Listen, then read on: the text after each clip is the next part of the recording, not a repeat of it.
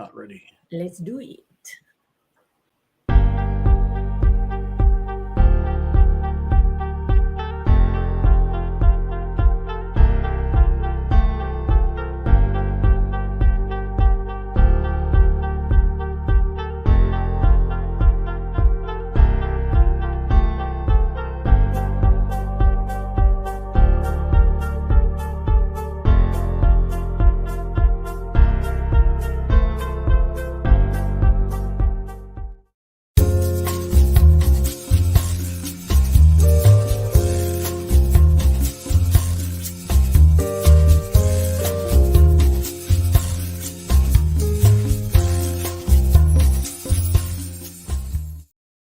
All right. Hey, welcome everybody. It is Wednesday.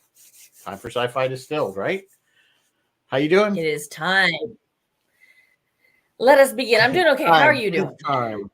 I'm okay, So we are continuing with Halloween month, and we are doing the 2016, 2014. What did we say this one was? 14. Whatever I said it was. 2014. 2014. What We Do in the Shadows. It's a Kiwi film, which means it's from New Zealand. It is a Kiwi film. This was actually filmed and produced, and everything is done there. Yeah. So and then of course it spawned the in 2019, I think it was the What We Do in the Shadows TV show. Yeah, they launched in 2019. We're definitely going to compare and contrast. Yeah, 5th season, 5 seasons. We're going to talk about both. Yes. Yeah, we're going to talk about both because they're both very, very funny. But before we do that, I think you've got news. So I have news. What's going on in the news? First of all, everyone, I hope you all have your Powerball tickets. We are now up to $1.7 billion. That's billion with a B. And once again, I didn't buy a ticket. It's worth it. $2. I don't even think about it. I should. I know. I should. All right. Last week we did Guillermo del Toro's Guillermo. Guillermo is going to be a name that we're going to use a lot tonight.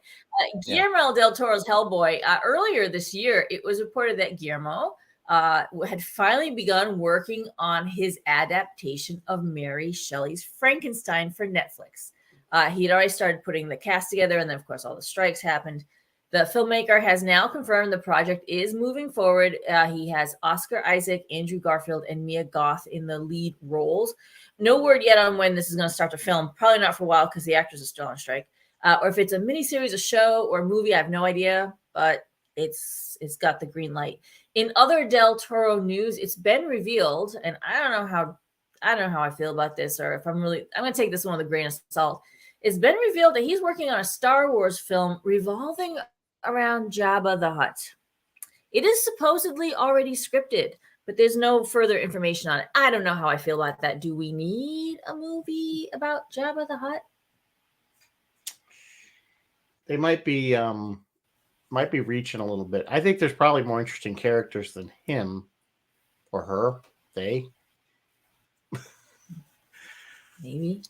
I don't know. Whatever he's supposed to, whatever gender he's supposed to be. But yeah, I don't know. That's an interesting job. I guess there is some backstory if you read novels to him. I guess, but I don't know how interesting it would be. Yeah, I agree. Like, I get why they made Han Solo the Solo movie. I get that. I understand why they made a Solo movie. Right. Doing a job in that movie, yeah. And actually, there's again novels I think did a better job on Solo's backstory than the movie did. But yeah, I agree. There's backstory in the novels as well. If you read a lot of Star Wars novels for him, but they did imply that he was an Imperial soldier at one point. But the movie made him out to be a ground soldier, and in the books, I shouldn't say the novels, he was a pilot. That's why he has the black. That's why he always wore the black pants with the red stripe. Those were his uniform pants. Pilot pants. Yeah. Interesting. So anyway, I don't know. What do you guys think? Jar Jar Binks movie? Yeah, I don't think so, Bill. I know. No, Jar Jar, Jabba. Alex would probably like that. She's the only person I know in the world that likes Jar Jar. Jabba. No, he was saying make a Jar Jar Binks movie next, which would be worse than a Jabba the Hutt movie. No. No, we do not need a Jar Jar. Unless We Jar just Jar do the, truly why don't we is have a that, backstory on the Wampa on Hoth, you know? Unless Jar Jar truly is, there's a name. It's a Japanese type of character where he acts drunk, he acts like a fool, he acts like he's completely, he's an idiot, but truly he has an ultimate agenda, like he has an agenda, and he's a secret agent doing stuff. If Jar Jar is that, then yeah, maybe I'd watch it. But see, everyone thought Jar Jar was secretly that theory that Jar Jar is actually the Emperor. That he really pulled not all the Emperor, strings. but There's the working whole thing. for the Emperor. Well, he was pulling the strings behind everything. I guess. Moving on tonight. In other Star Wars news, Disney and Lucasfilm recently registered the upcoming Star Wars TV series Skeleton Crew with the U.S. Copyright Office. Yes, all of their stuff is registered with the U.S. Copyright Office. Actually, I think all franchise stuff is, but that's neither here nor there. We now have a projected premiere date for the series. People were hoping for December 2023, but it's currently listed for January 2024. Will it tie into anything Ahsoka's doing? I don't know. Maybe it will. Maybe it won't. No one knows. Yeah. Moving on. What are kids doing in Japan? Well, whatever it is, and I stress whatever it is. They shot it in LA at the height of the COVID lockdown. Lion Girl. And I'm going to drop a link to a trailer in the chat. Watch this trailer. It's bonkers. Lion Girl releasing straight to streaming DVD, Blu-ray on November 7th. If you're looking for something different that evokes that feeling of old Japanese sci-fi, think in your mind of the raw Japanese footage of the Power Rangers. That's what this is. Try Lion Girl. It is described by critics as bonkers and punk rock filmmaking. This is a sci-fi story based on Japanese manga characters, and I will drop that link for you. But back in mainstream television, Vince Gilligan. We all know and love Vince. He is returning to science fiction. He is the acclaimed creator of AMC's Breaking Bad and the spin-off Better Call Saul, but he also worked for a couple of years on the X-Files and co-created the spin-off The Lone Gunman, which I really liked and was sad when it was canceled. Just revealed a tiny bit of information about his new series starring Better Call Saul star Rhea Seehorn. I have no idea who that is, but okay. Vince said they're all excited to return to the writer's room to finish writing the second to last episode and the season finale for this yet unnamed show. We would have begun shooting by now if it wasn't for the strike, he said. It was a sad necessity, but we're glad it's behind us. But what is this show about? What's this name? What's it called? No one knows. This famed screenwriter remained mum. Let's hope whatever it is, it gets picked up so we can see. He makes some great stuff. In Disney news, Percy Jackson and the Olympians debuts on Disney Plus December 20th. It's going to drop 2 episodes and then an episode a week after that. Fans disappointed with the movies have high hopes for the show, which was written by the Percy Jackson novelist, Rick Riordan. I had seen that first movie. I thought it was okay. I don't know if I'll be checking this out, but it's fun stuff. In other Disney news, I had reported a while back that the Spiderwick Chronicles were dumped. I said it was completely shot. The entire series was shot. It got dumped by Disney when the strike first hit. And then Paramount Plus expressed an interest, but then ultimately chose not to pick it up. The series has found a home on the Roku channel, a channel I did not know existed. You guys ever watch the Roku channel? This is starring Christian Slater. Yeah, no, Roku channel. Yeah. Roku is a device. Starring Christian Slater. Yes, I know Roku is a device, but they have a channel too. I didn't know they had a channel either. Yeah. No, but I didn't know if you needed a device to get the channel. Neither did I. Go ahead. Apparently, I'm sorry. No, I think you can get the channel. I think you can get the channel without the device. But anyway, yeah, you might. You probably could. That would be a little short-sighted of them too. It would be. Starring Christian Slater, based on, I can't say this guy's last name, Tony DiTerlizzi and Holly Black, series of wildly popular best-selling books. So look for that on Roku. Last week in my wildly sporadic segment, I watched it so you don't have to.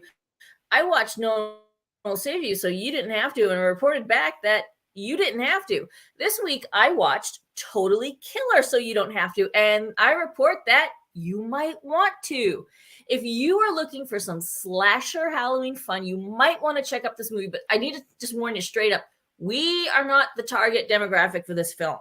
This film is for teenagers. At 50, whatever I am, they were not aiming it at me. However, it's a time travel movie where they go back to the 80s, and there were a couple of funny laugh out loud moments and a couple little jabs at the 80s that I was like, like the teenagers watching, are they going to get that? I get that because I was alive in the 80s. I was in high school in the 80s. But teenagers, are they going to get it? It had been described as Disney meets Back to the Future meets Scream. Yup, that's completely accurate. Super simple plot. You'll have it figured out in about 4 seconds, but there were some funny moments. And of course, it's a slasher film, so there were stabbings galore, but they were really well lit, very pretty stabbings. Like it was really like, this is a pretty film. Totally Killer is now streaming on Prime. Check it out if you want some Halloween fun. I also checked out Renfield this weekend, so I was watching a ton of What We Do in Shadows. So I had a very vampire weekend this weekend. And then finally, tonight, the Actors Union and the AMPTP have released a joint statement update on the progress of the talks, and they're still going. They've been meeting Monday, Wednesdays, and Fridays, so they are probably meeting right now since it's only like 4 o'clock out in Los Angeles. And they're working hard to see if they can come to some kind of agreement. The bargaining continues and the negotiations continue. These strikes, both the Writers Guild and the Actors Guild strikes, have had a major impact on the industry beyond the writers and actors. The U.S. Bureau of Labor Statistics noted in its latest job report on October 6th that employment in the motion picture and sound recording industries was trending down and had been in decline since May, reflecting the impact of these labor disputes. So let's hope these guys get it sorted out and back to work as soon as possible. What is going to happen now is we're going to talk about Lower Decks. Rizzo's going to put up a 3-minute counter. And if you haven't seen this last episode of Lower Decks, now is the time to mute because we're going to have some spoilers. Yeah, let me get it's all Ferengi all the time for this one. So, okay. Yeah, Chris, pretty stabbings. It wasn't too graphic. Path Ferengi's Heart Place. I think it's the yeah, it was weird. Yeah, so basically they go to Ferenginar.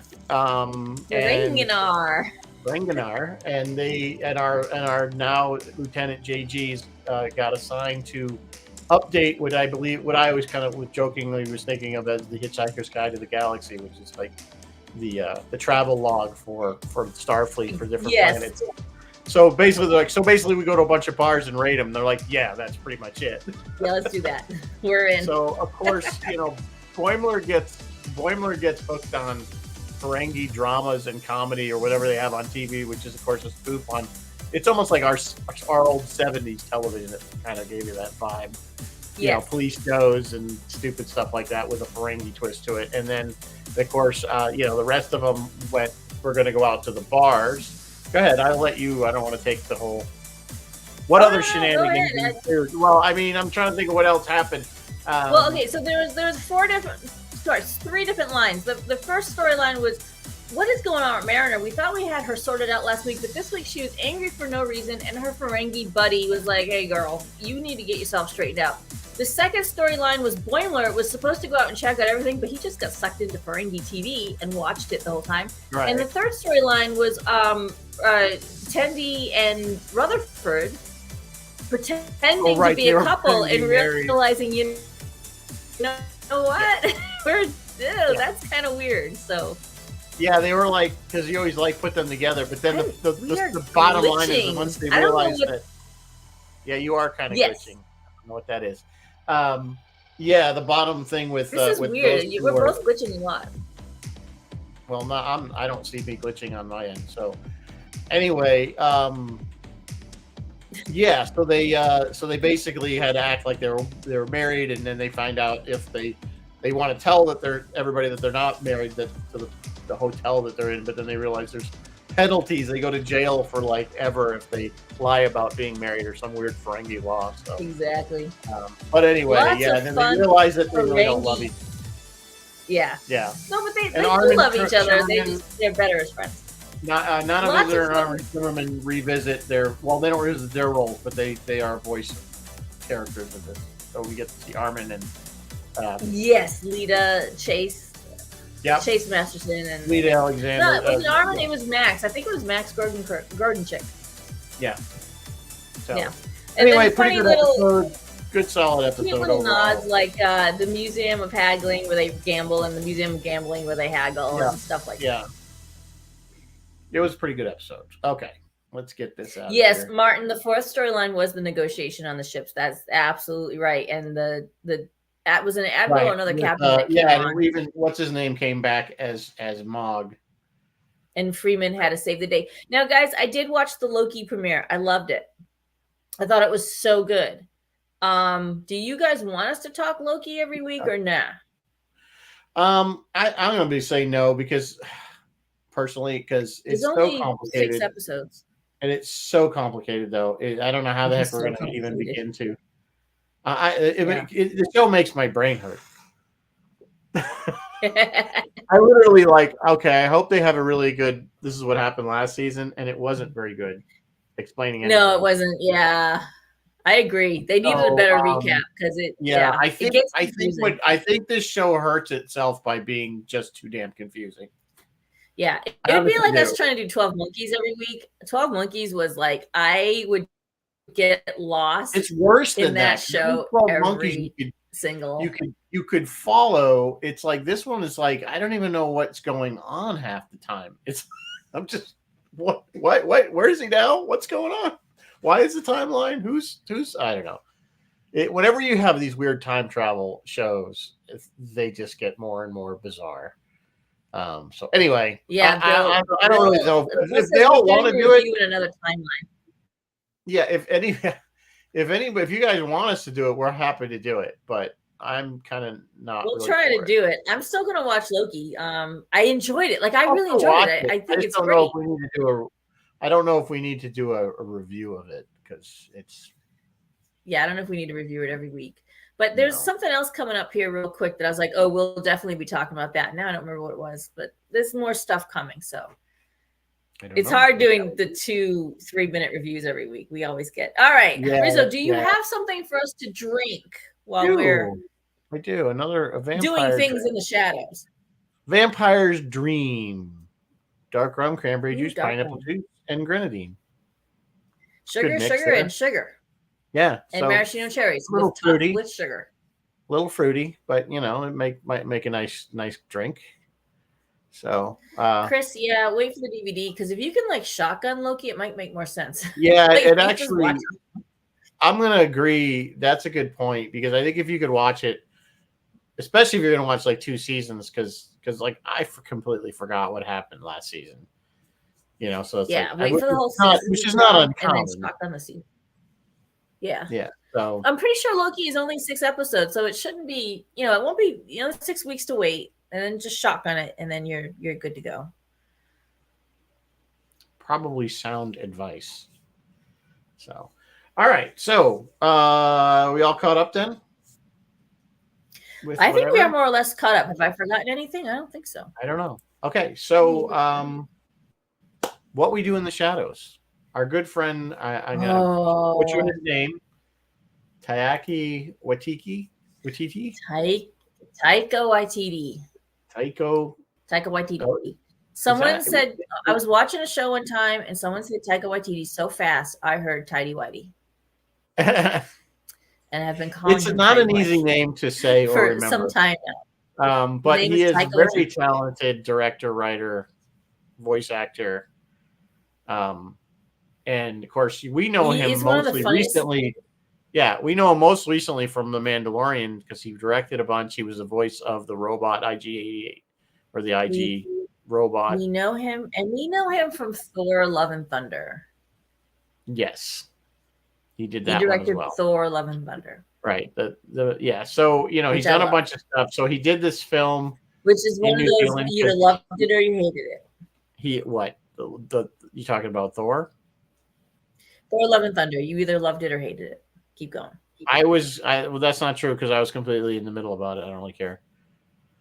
Really? Oh man, everyone I talked to, people are didn't like love it. either I didn't I hate hated it. it or yeah, No, I didn't hate it. Definitely didn't I hate it, but loved I it. wouldn't say I I thought loved it it. was I fun. wouldn't say I loved it. Not compared to And Ragnarok. I'm totally 100% okay with a funny Thor. Like, I like funny humor. Yeah, I like it's fine. Ragnarok was way funny. It was better though, in my opinion. Yeah, Ragnarok was funny too. I think it was, but anyway, getting back to Tycho. He of course is from New Zealand, so that's where this film was produced. In fact, you see that all over the credits that the New Zealand Film Board was, whatever, Which isn't real. Which in associate, it's not real. They made it up. No, he made it up. Yep. But yes, it was absolutely shot in. I did not know that. That's funny. Really, but it was all done. It was all done in New Zealand, wasn't it? Yes. Yeah. Yes, it was. Absolutely. So okay. So I didn't realize he made up. Why would they don't have a film board? Usually, every country has some kind of film. It said something specific, like the documentary board or something. There's probably a film board, but there's not. No. If you look in the credits, it said something in association with the New Zealand film, so a film, whatever, something. But yeah, that probably was real. But at the very beginning of the movie, that's what I was referring to. No. Oh, the documentary, yeah, because the whole we got to get there. The whole movie. Think of this movie as The Office meets, I don't know, vampires or True Blood. So it's that talking to the camera there, but they actually reference the crew, kind of like they did in The Office. Every once in a while, they would reference the crew. But some of the funniest thing is they actually go through that, saying in the beginning that this is a the crew, was given assurances that they wouldn't be eaten, blah blah blah, they would be safe and stuff like that. So they're going to live with these vampires for how long, and so it was kind of like along that line. And you did see that there was a couple scenes, I think, where they were getting attacked, and the poor crew gets the camera goes flying, stuff like that. And every once in a while, somebody would question, like, well, who is this guy? Like, why is this guy following around with the camera? So, but basically, so it's silly. Like, obviously, it's a comedy. If you haven't figured that part out yet, it's a mockumentary, is what it really is. It's like a mockumentary. So we go through and we see the daily lives of how boring, I guess, it's become to be a vampire in the 21st century. They kind of live in a home. They have roommates. They have to deal with. They're kind of out of touch because most of them are very old compared to the one guy. Out of touch. Well, how old Peter was? What, 2,000 years old? Peter's 2,000 years old, and of course he looks like. Apparently, you get uglier if you get really old. Yeah, you look like he had the Nosferatu. Yeah, you look like the Nosferatu from the old movie. The old Nosferatu film, the black and white silent film. He looked like that, but his name was Peter. So yeah, he was the one that's how kind of it starts is Viago, who's the main character, if you will, which is Tycho's character, and he's kind of going down and waking everybody up for the night, of course. And the one guy's has he's got his little orgy going on inside his coffin. It was weird. Yeah.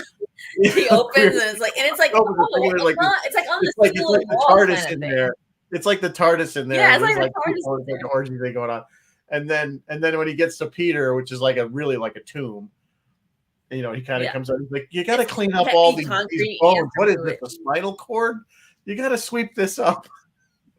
Yeah, that's one of the ongoing running gags is that as a vampire, it's hard.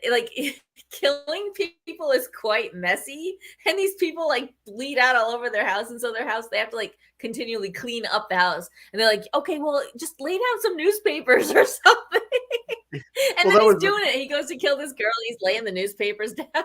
Well, the funny thing is, there's one scene where he's putting newspaper under her feet, but she's well, they're just having a date, and he's sliding newspaper under her feet. But there was that whole scene where they're going to have the roommate meeting. Remember that at the beginning, and complaining that the dishes haven't been done in 20 years, and it's all these disgusting, bloody.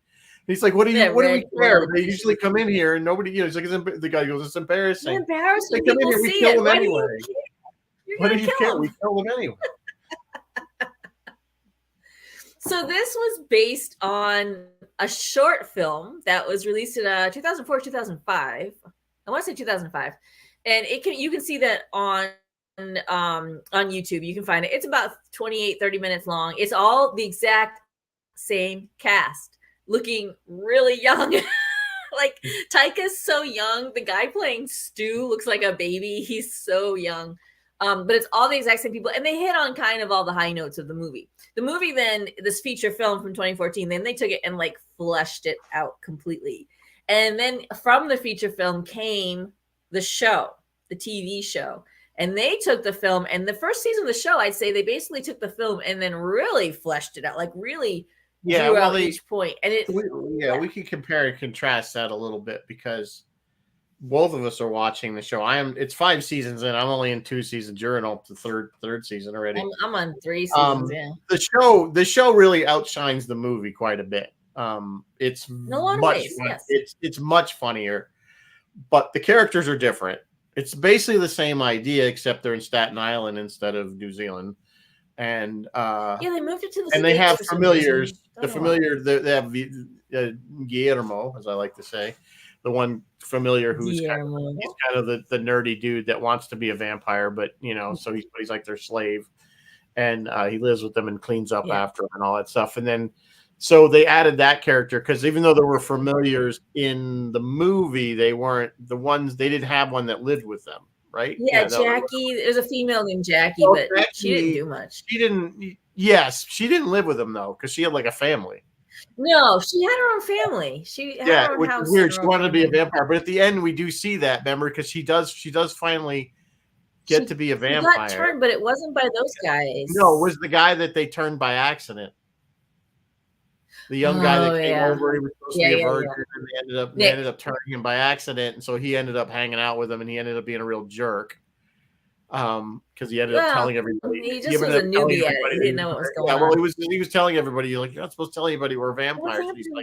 He's telling everybody vampires, and then one of the funniest things that they do because all the vampire tropes are in the movie and in the TV show. So can't go out in the daylight. Sun will burn them to death. Stake to the heart.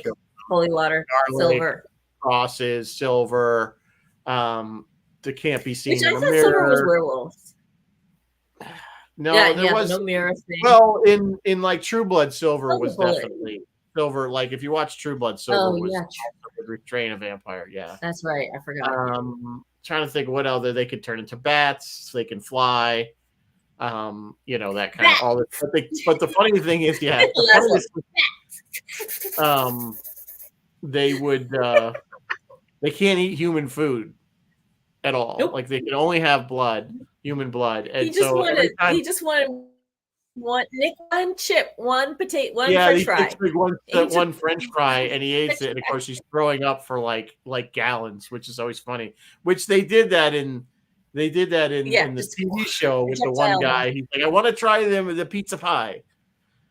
And he takes one bite of pizza and he's like literally throwing. And that was Doug Jones. He's flying around like a rocket, like he's vomiting so much. He's like, it's like projectile vomit. That makes sense. Then he finally stops and he goes, "Still worth that character, the Baron." That was Doug Jones. Yeah, that's the Baron. That's played by our Doug Jones, who was probably our one and maybe only Road Tonight. Maybe not. He plays Saru on Discovery, but not doing the TV show. That's true. But that character does come back, so I'm pretty excited to see him again. Spoilers. I am not that far along. A lot of the characters come back. So anyway, that's the funniest thing. I've never seen Halloween. That. You can watch The Lord Shadows. Yeah. I've never seen that trope that they throw up or they can't eat food. I don't know if any of you guys. I've never seen that for I haven't either. Yeah. I know they can't. The garlic pizza. Yeah, you're right, Chris. But this was just generally they can't have any human food. It doesn't matter whether it's garlic or otherwise. Yeah, it doesn't matter what it is. So, but yeah. Well, the funny thing with the TV shows, a lot of times they kill people accidentally. They didn't intend to kill them, but oops, okay. Well, now they're Guillermo kept killing people on accident. Well, Guillermo was killing the other vampires. Yeah, Guillermo was killing vampires at first seemingly on accident, but then we find out that's Guillermo how it started Okay, spoiler alert, he kills the Baron by accident. And then all the other vampires are trying to kill all of them because they think they killed the Baron. So then they all so Guillermo is fighting all them off while they're asleep because these other which is weird because how are the other vampires coming in while they're sleeping? Because they shouldn't be out either. I have no idea. I don't know. TV show. In the show, didn't they say, "Oh, we can wear the helmets"? Was it the show or was it the movie? It was a show. She was like the baby vampire that they turned. Oh yeah, that was on the show. Her real name is wearing a motorcycle helmet. Wear these motorcycle helmets and we can be outside in the sun. It didn't work. No, it didn't work. And the sun comes up and they start burning. They're like, and they run inside really quick. Into bats. They turn into bats. She turned into some weird bat. Yeah. She's like some gargoyle bat. It's so weird.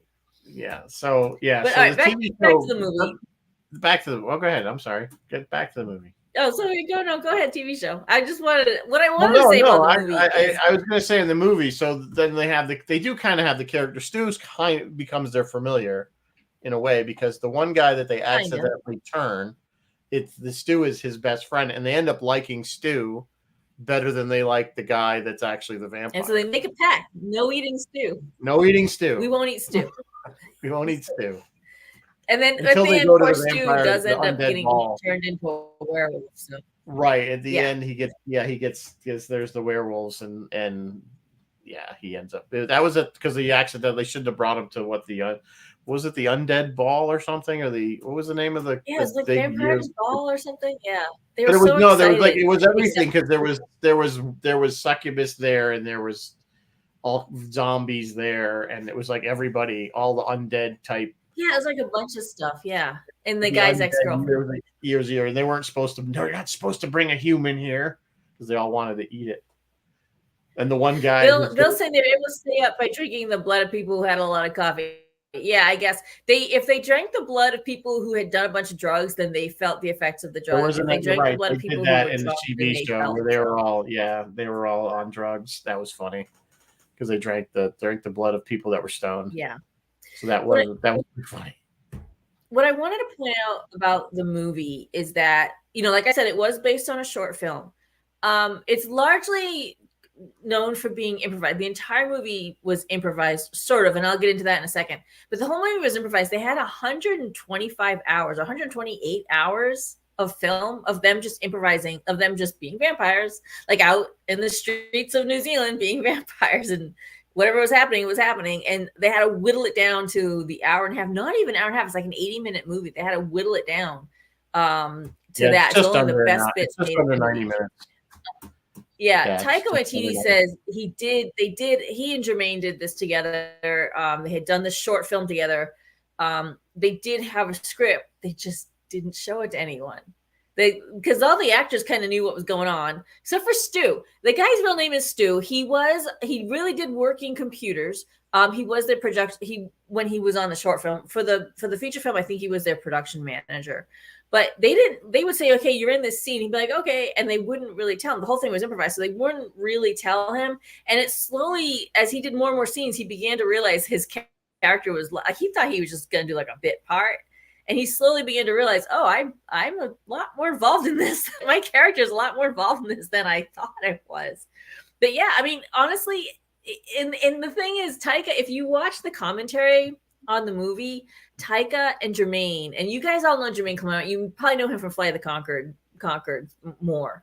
But he's done a bunch of stuff. The two of them are talking, and they're talking about being dressed as vampires and walking the streets of New Zealand, of Wellington, in 2004, 2005, when it was, versus doing it in 2014 when they made the movie. And he said it was so different because, like, in 2004, people were like genuinely hollering horrific homophobic slurs at them. And you can see in their eyes, if you go and watch the short, you can see in their eyes as they're looking, like they're walking and looking at people, they're scared they're going to get jumped. Like they were very nervous doing that. In 2014, it's something is, people were much more accepting. They're like, oh, yeah, whatever. These guys dressed in, because they were like really old fashioned. Yeah, because they were dressing in their they were dressing clothes of when they were actually yelling. Like, people would yell these slurs like, we're vampires, and then it's so bizarre. But just So watch they it all just for they all that. dressed, See yeah, the looks in their eyes. they all dressed like however they dressed when they died. Whatever era they Which were carried over alive. kind of to the TV show, because the three main vampires Yes. do the same thing. They carry. It was. Yeah.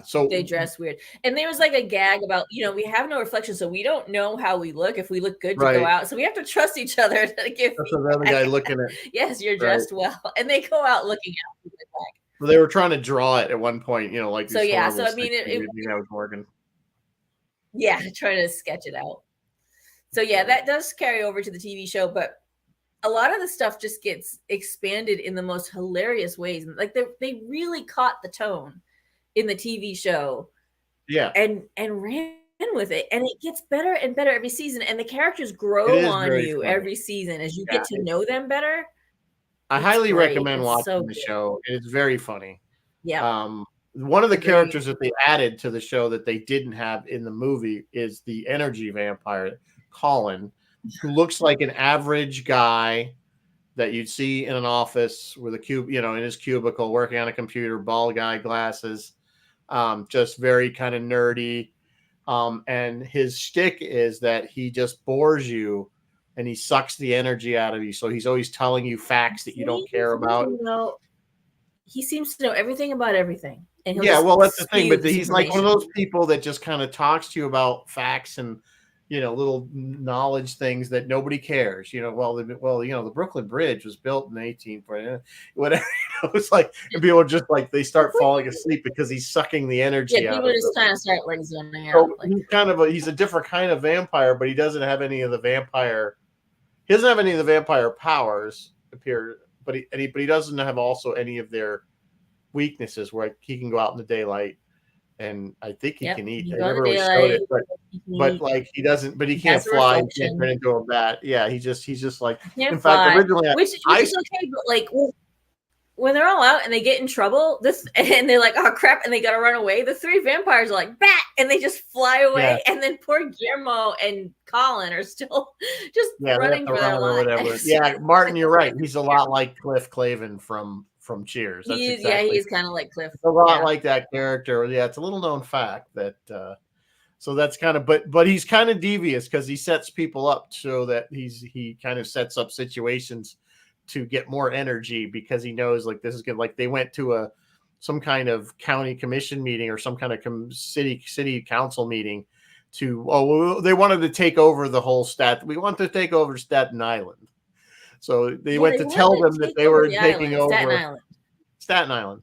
So we're going to take over Staten Island, and they go to this council meeting, and of course these people are like, what are you talking about? And of course Colin's in the back like sucking in all the energy of the board. Yeah, his eyes light up. Like when he really is enjoying these people, his eyes light up. It's funny. It was hysterical. He's like one of the best his character evolves quite a bit too. They keep adding more to his character. Each season they put a few more layers on him. And like we said, it's pretty funny.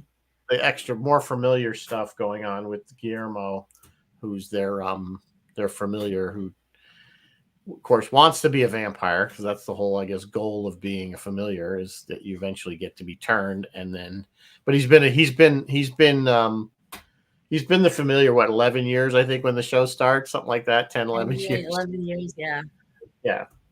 So by season 3, and this is not a major spoiler, but by season 3, they're openly telling, he's like, please, and they're openly like, no, we're not going to turn you into a vampire. Stop asking. No. So, but he perseveres somehow, and he tries a couple different ways to do it, and it just doesn't. Spoilers. I haven't gotten that far. Yeah, so. No one has, but it's all good. No one has. So let's talk about our movie cast a little bit here. We've mentioned Taika Waititi. We know who he is. He is amazing. And Jermaine Clement, who has been in a million things. You know him even if you don't think you know him. Like I said, mostly he popped up in Men in Black 3. He was in Flight of the Conchords, sorry. And yeah, he's just around, but he's done a ton of like writing and producing. So he's a lot behind the scenes too. he is a voice in Big Mouth. I know Okay, he's done you've a lot seen of Big voice Mouth. I work. haven't yet. I know you have. He was Yeah, I've Dr. seen all of it. Garvin in Way of Water, Avatar Way of Water. So he's just kind of around. And then we also had the third vampire, and these guys all make cameos on the TV show too, which cracks me. All three of them have. The third vampire was Johnny Bra as Deacon. We don't know as well. So most of these actors are Kiwis, and so they haven't done a ton of stuff in the States. They've done a few things. They pop up every now and again, but mostly Kiwi stuff. Besides, yeah, I mean, and that stands to reason. course. This is fairly low budget. You know, it obviously yeah. wasn't- Although Taika puts them as like the one guy popped up in Thor: Love and Thunder, like whatever Taika's doing, he'll put them in. Well, that's true, and that's And then when it was time, yeah. And when it was time to do the show, I was watching an interview with Taika. He's like, "Oh, I was so excited! I want to do the show, but Thor came up." And so he literally handed it all over to Jermaine. And Jermaine, you know what? He did an amazing job. The casting is incredible. The writing is so funny. Jermaine directed a bunch of the episodes, and yeah, they did a great job. And now I think they've pretty much handed it all over. And so someone else is running it, but the three of them will still pop up from time to time, like I said, in cameos on the show. Well, yeah, they did a lot of cameos when there was the Vampire Council.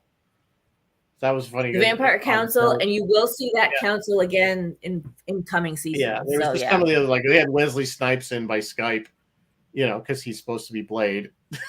So he was the Vampire Council was like it was all people who had been in other vampire movies. So Tilda Swinton had been in a vampire. Yep. She's on the council. Wesley Snipes, of course, Blade.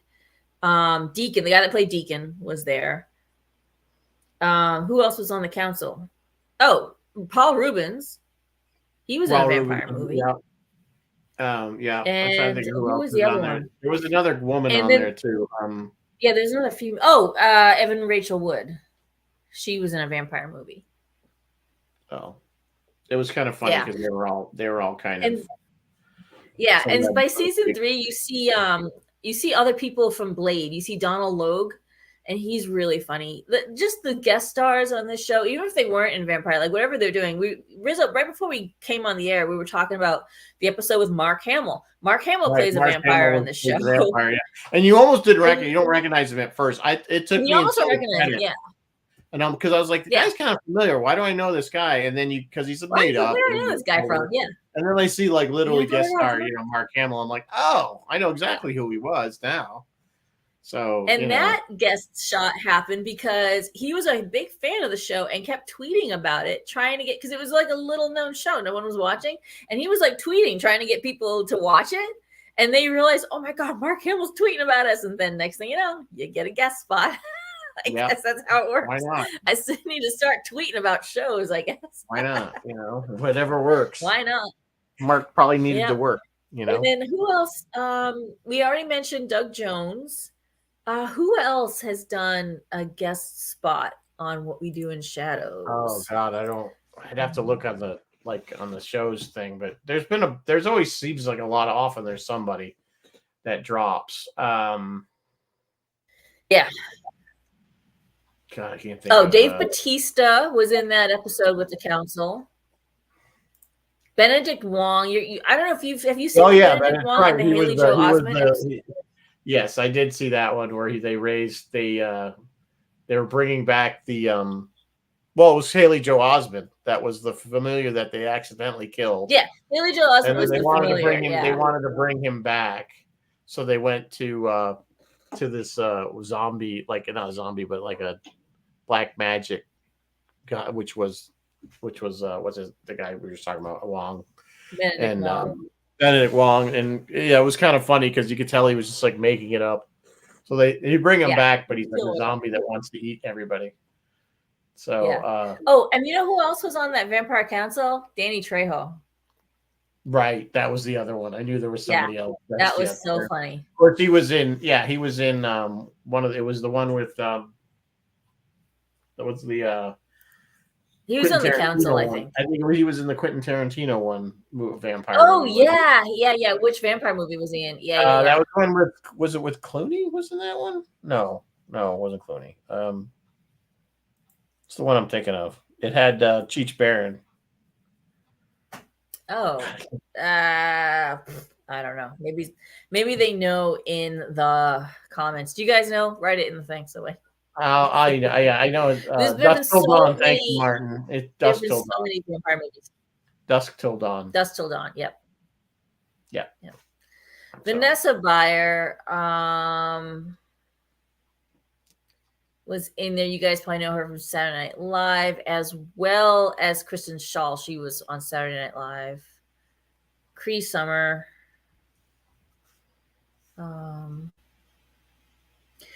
Nick Kroll. Yeah, I can't think of where Nick Kroll's from. Do I know Nick Kroll from something? That name's familiar. He plays the one that wants the hat. Oh, What's well, his he name? does a ton of Simon voice the work. He does a ton of voice work. He does a lot of the voice work for like Big Mouth and stuff like that. He was just in the recent the History of the World Part 2 that was on. I think it was Hulu that had that. They did. You remember the Mel Brooks History of the World? Well, they did History of the World Part 2 of the series. Yeah. So. Okay, yeah. That's who that is. Yeah. That was a kind of a funny thing because the hat's cursed, and they don't like. They have some reason they all want the hat. They want that hat, but they don't care that it's cursed. It is cursed, and Nadia keeps telling them it's cursed. Don't take the hat. There are a million vampire movies, and there's a ton of like parody or satire, like funny satirical vampire movies. And like I started compiling a list, like Dead and Loving It is a good one. Vampires Suck, Dark Shadows. Of course, that was based on the TV show. If you guys want us to keep going, the TV show wasn't a comedy. Dark Shadows. No, the TV show was not. Really, the movie was. The movie did not take itself seriously. Fright Night 2011, although the original Fright Night, it's a horror movie, but it's got comedic elements to it. Buffy's kind of a funny vampire slayer movie. Once Bitten. Blade. Yeah, that was.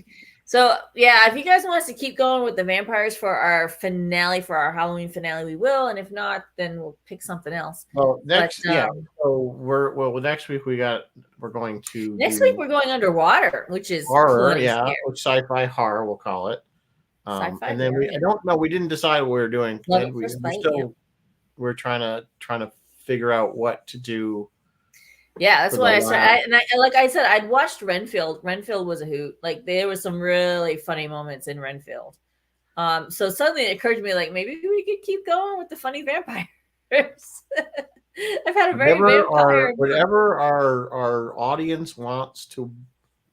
Or do you guys want something like Scary Movie, or do you want just like The Thing? Ooh, The Thing, The Good Thing with Kurt Russell. What? Not the original. From 1950 or 60, whatever it was. There was the original was pretty old. Yeah. Picture of the Black Lagoon. And not scary. No, not scary. Compared to the Kurt Russell version.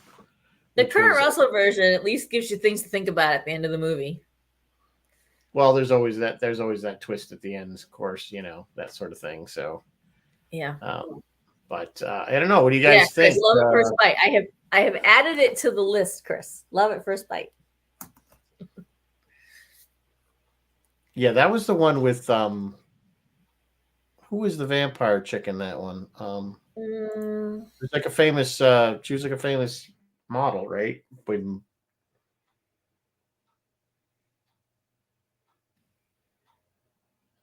Chris loved the original Thing. Of course you did, Chris. Most people though like the Kurt Russell version. If it's the one I'm thinking of, if we do it, we'll do the first. Love at First Bite is 1979. Is it really that old? Wow. Yeah. Okay. Yeah. Susan St. James is maybe. Maybe I'm thinking of Once Bitten. Maybe I'm thinking of Once Bitten.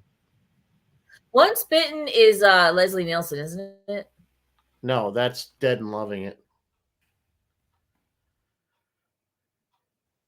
Mary Beth froze. Uh-oh.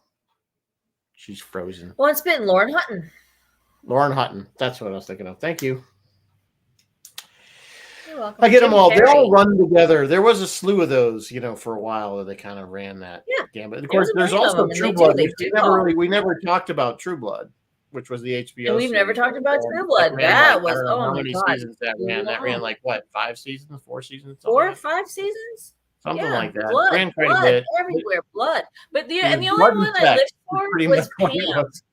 Pam taught me the phrase "fucktarded," and ever since then, what if someone turns out fucktarded? Like they were gonna turn someone. That was. She's like, I don't know if we can turn it. She might turn out fucktarded, and I'm I watched God, that whole series. That was a weird series. It was, and Alexander Skarsgård. It was like Twilight. It was like the love triangle. Ensign Rowe was in that one. What's her name? That's right. Michelle Forbes was in it. 2. Yes. You know who else was? Stephen Root was in there. There were a bunch of people in True Blood. It wasn't a bad show. It was very weird. It was just melodramatic. It was like it was more of a soap opera than true. Then it got towards the end. It got a little bit more. I don't know. Less soap opera and more action film. That makes anything. But it's basically a lot of blood and a lot of sex. That's what it is. A lot of blood and a lot of sex. That's what that. And now we've done True Blood, so we don't have to do that. There you go. That's True Blood right there. We covered it. Yeah, Wolf Lake. Chris, where are you getting these? I don't know Wolf Lake. Compare the Carrie movies. You know what? The only one I really know is the one with Sissy Spacek. Yeah, that's the only one I am aware of, is Sissy Spacek one. I haven't seen the new. And then Sissy Spacek, and then this is what turned me off on Sissy Spacek. I didn't like her in Carrie, and then I saw her in Goodnight Mother, which I don't know if you have seen that one. I didn't like her in that either, and that was it. I was done with Sissy Spacek. Then I saw her recently. She was with J.K. Simmons in. It was a weird sci-fi movie where this elderly couple have a passage to another planet out in their shed. Oh, that one is what the heck was the name of it? It didn't get it was only the one season. It didn't get renewed. There's only one season. No. And suddenly I'm like, oh, she's not so bad. I like her again. Towards the end of that series, it got interesting, and then they're like, oh, you're not getting any more. Exactly. Toward the last 2 episodes, they finally get out there, and I'm like, oh, this is great. And then that show. Dang it, I can't think of it. I don't know. The 2 I was watching were that one and The Hole. There was one starring Thor's daddy. Or Thor. Maybe it was Thor. Not Thor, sorry. The Thanos. Who plays Thanos?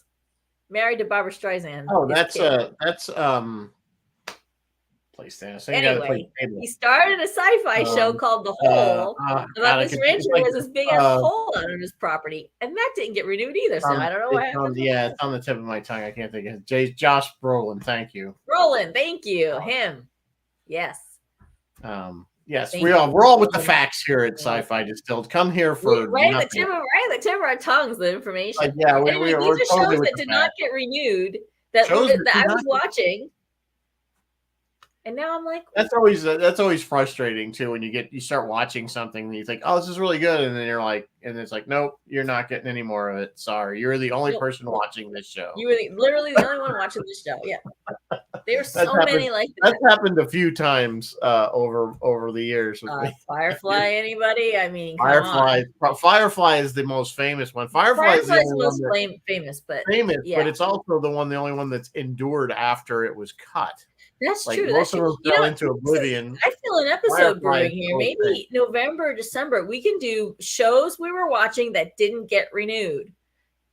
The one with Sissy Spacek, The Hole with Josh Brolin, Firefly. I mean, there's been a bunch, and especially sci-fi. For some reason, that sci-fi gets the axe, I think, easier and quicker than any other show. Generally, they're more money to make. They're more expensive. They're more money to make. Yep. And especially if they don't take place. Kristen says the same thing. Shows that got canceled too soon.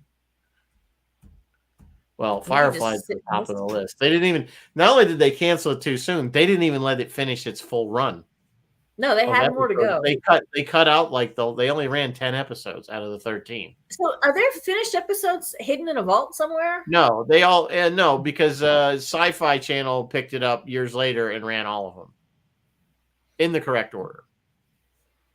So they're all out there. There's only the 13 episodes. There's no hidden, there's no lost episode. I wish there was.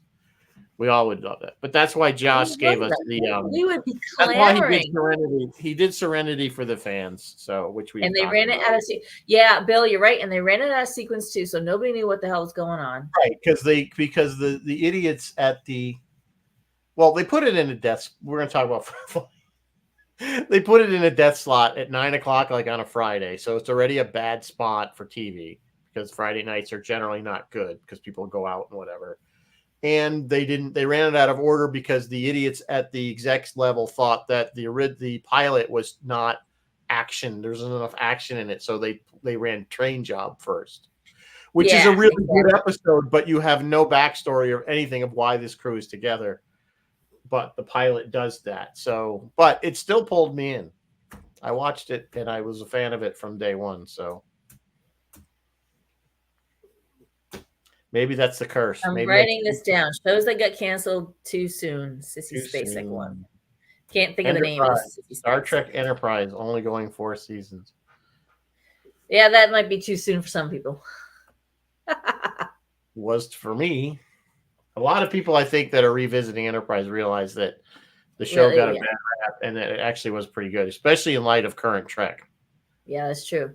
Planet of the Apes TV series, Greatest American Hero, same as Star Trek in so many ways. Yeah. Well, how many seasons did Greatest American Hero get? I think there's only one. No, I want to say there's more than one. 3? The original Battlestar Galactica, because we don't talk about Galactica 1980. No, that does not count. There's shows that got canceled too soon, and then there were shows that didn't get canceled soon enough. Shows that went on a little too long that maybe could have wrapped it up. Lost. Lost was a classic example. How many seasons did Lost have? 3? Oh, more than that. I think it went 7. Did they go 5 or something like that? 5? Somebody's got to know. Here, I'll look it up. Lost is, I think they had a cohesive storyline that would have gone 2 or 3 seasons, and then they were told to stretch it, and then the writers were like, well, I don't know, whatever. Okay, let's just do this. And it just got out of control. 6 seasons. 6? Wow. Yeah, they had 3 seasons worth of writing that they had to stretch into 6. That's this many. Well, it's kind of again, it was a JJ-ized.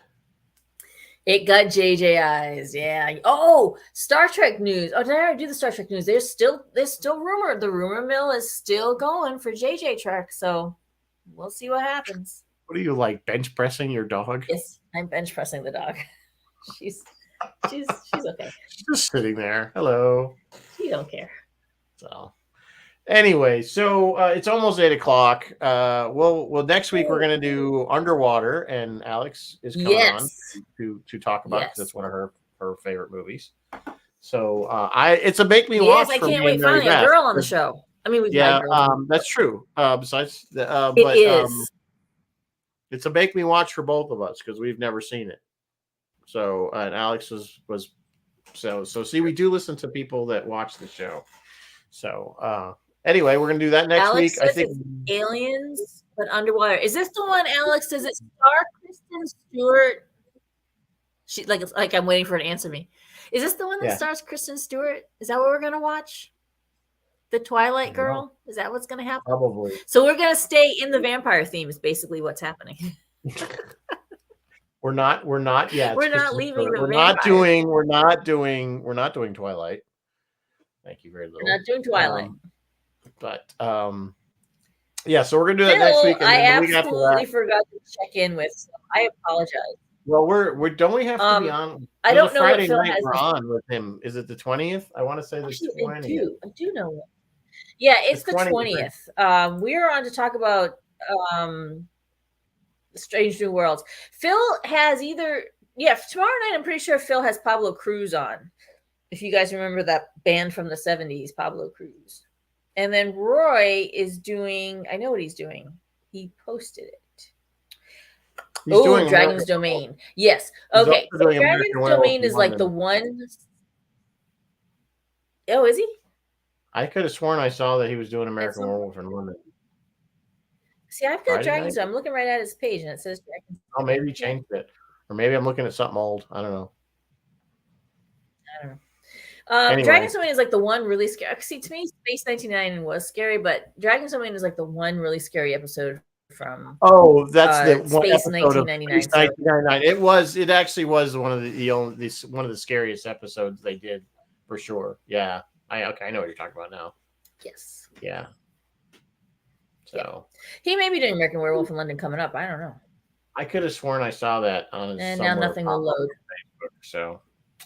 Anyway, so it's 8:00. That's that. So I highly recommend the movie's worth watching, but I definitely recommend watching the TV show of What We Do in the Shadows. I cannot. It's on. Absolutely. If you want Hulu, something it's on funny Hulu. to shotgun, yes. Yeah, they're short episodes. They're all half hours. You will have the song burned in your head because it's catchy. Yes. And it's the same song they used in the movie. You're dead. You're dead. You're dead. You're dead. So And anyway, yeah, that's kind of it, but not really well at all. No, I don't sing. I'm not a singer. No. I'm On not that a note, singer. by the time we talk next, our friend Fez will be married by this time. So we're all a bunch of us are going to the we're wedding. off to a wedding So this we'll all weekend. be to the wedding. We're off to the wedding this Friday. Just for Fez, who you've seen on the show if you watch Wedding regularly. So it will Fez, be. we'll see you he will be married by this time. So Fez, if you're watching, congratulations. Of course, I'll see you in about 3 days. So on that note, I will say good night. And we will see you next week. And happy Halloween and live long and prosper as always, guys. Bye-bye. See you guys next week. It's not ending. There.